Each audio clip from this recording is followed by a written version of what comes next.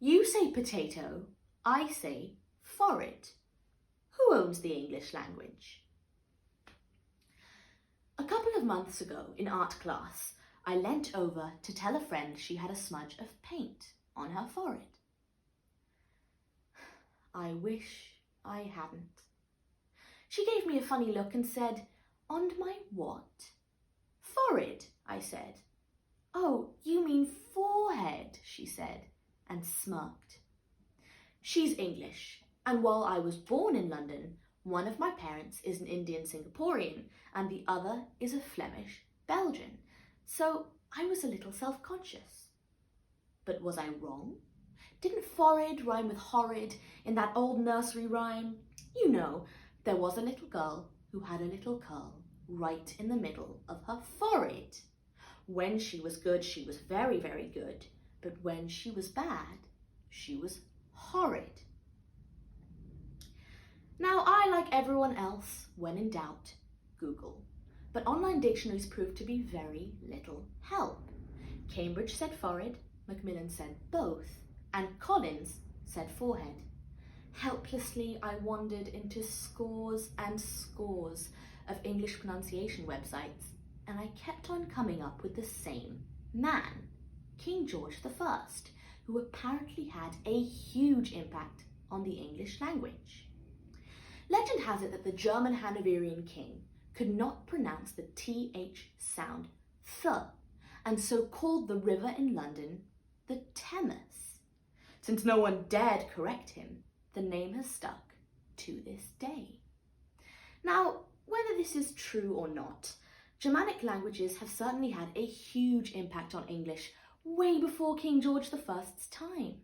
In fact, in the 5th century AD, the 3 Germanic tribes of the Angles, the Saxons, and the Jutes invaded Britain.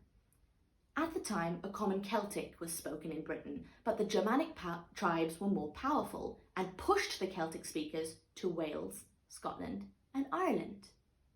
In the late 6th century and early 7th century, Christianity came to England and brought with it written texts in the Roman alphabet on parchment, replacing carved wood, bone, and stone.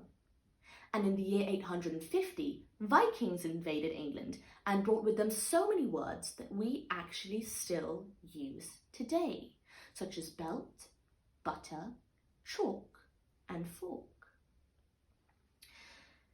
Now, have you ever wondered why you don't walk into a McDonald's and order a cow burger? When William the Conqueror, Duke of Normandy, invaded Britain in the year 1066, he brought with him the language of French. So that meant that the ruling elite class spoke French and named the dishes that they saw on the table. However, the lower class Anglo-Saxon hunters named the animals. So the Anglo-Saxon pig became the French porc, later anglicised to pork. The Anglo-Saxon skep or sheep then became mouton, later anglicised to mutton, and the Anglo-Saxon coo or cow then became the French bœuf, anglicised to beef.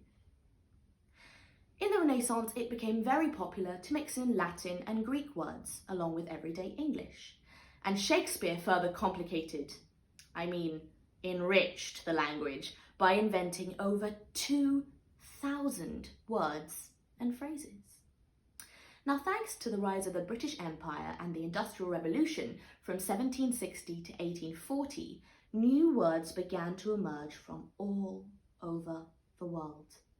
My Indian mother actually tells me that the Tamil phrase katumaram, meaning tied trees, was adopted into the English to become catamaran, a boat made from tying the trunks of trees together. Now, learning about the complicated journey of the English language has cemented my confidence in my grasp of my mother tongue. My Indian ancestors contributed to English. And come to think of it, so did my Flemish ones. Forrid, that pesky little rascal of a word that started all this, actually comes from the Old Dutch voorhoofd. I hope I've helped you understand that this language that is spoken by over 2 billion people worldwide is a vibrant and constantly changing thing that belongs to everybody. And for now, I think I will stake my own claim in the English language and continue to say Forrid my way without feeling like too much of an interloper.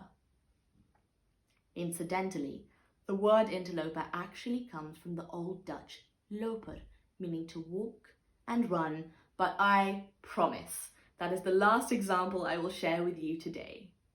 Thank you for listening.